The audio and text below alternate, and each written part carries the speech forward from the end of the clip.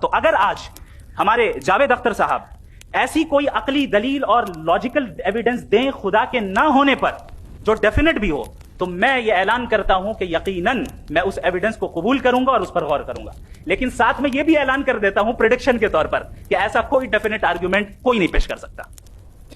یہ طریقہ دراصل اہل بدعت کا جو اسی کو اصل دین سمجھتے ہیں، جیسے کہ امام مالک رحمہ اللہ کا جس کا گزشتہ درس میں بیان کیا گیا تھا کہ ایک بدعتی آیا اور اس نے کیا کہا کہ آپ کے ساتھ میں مناظرہ کرنا چاہتا ہوں۔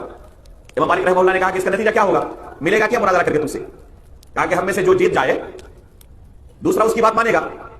امام مالک رحمہ اللہ نے کہا کہ اگر میں جیت جاؤں تو کہا کہ میں آپ کا دین قبول کر لوں گا، کہا کہ اگر تم جیت گئے تو آپ کو میرا دین قبول کرنا پڑے گا۔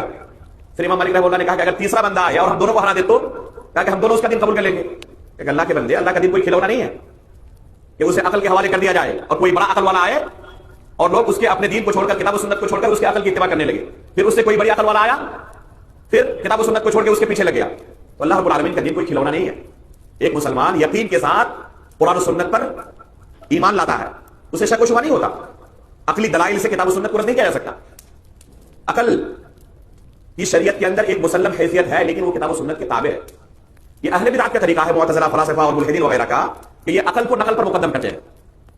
لہذا ان کے یہاں اصول ہے کہ اصل چیز عقل ہے اور کتاب و سنت اس کے تابع ہے۔ کوئی چیز کتاب و سنت کے اندر موجود ہے، اگر عقل کے اندر آئے تو قبول کریں گے، ورنہ ہم اسے شریعت نہیں مان سکتے۔ عقل کے خلاف دین نہیں ہو سکتا ان کے یہاں۔ ہمارے یہاں کیا اصل ہے؟ ہمارے یہاں اصل ہے کتاب و سنت، عقل کے مطابق الحمدللہ۔ اور عقل کے اگر کسی کو خلاف نظر آئے تب بھی اسے بلا چوچرا اسے تسلیم کرنا ہے۔ اور حقیقت میں اگر کسی کے پاس عقل سلیم ہے تو شریعت کی کوئی چیز اسے عقل کے خلاف نظر نہیں آئے گی۔ لیکن ظاہر سی بات ہے کہ اللہ رب العالمین نے عقل ہر ایک کو برابر نہیں دیا، لوگوں کے عقول مختلف ہیں۔ تو شریعت کو عقل کے حوالے کر دیا جائے تو شریعت کیا ہو جائے گا؟ کھلونا بن جائے گا، لوگ کھلواڑ کرنا شروع کر دیں گے۔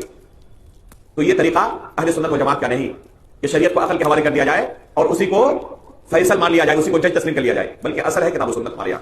آگے بڑھے امام احمد بن حنبل رحمہ اللہ، ابھی ہم نے کہا کہ اصل ہے کہ اس طرف زیادہ توجہ نہ دی جائے، لیکن اگر کبھی کوئی اس طرح کے معاملہ میں پھنس جائے اور کسی سے مناظرے کی ضرورت پڑ جائے، جس کو کہتے ہیں گلے میں پڑ جانا، ہمارے گلے میں آ کے پڑ جائے مناظرہ کرنا، مجبور ہو جائے گا، تو ایسی صورت میں اگر کوئی مناظرہ کرتا ہے تو کوئی حرج بھی نہیں ہے۔ خود امام احمد بن حنبل رحمہ اللہ نے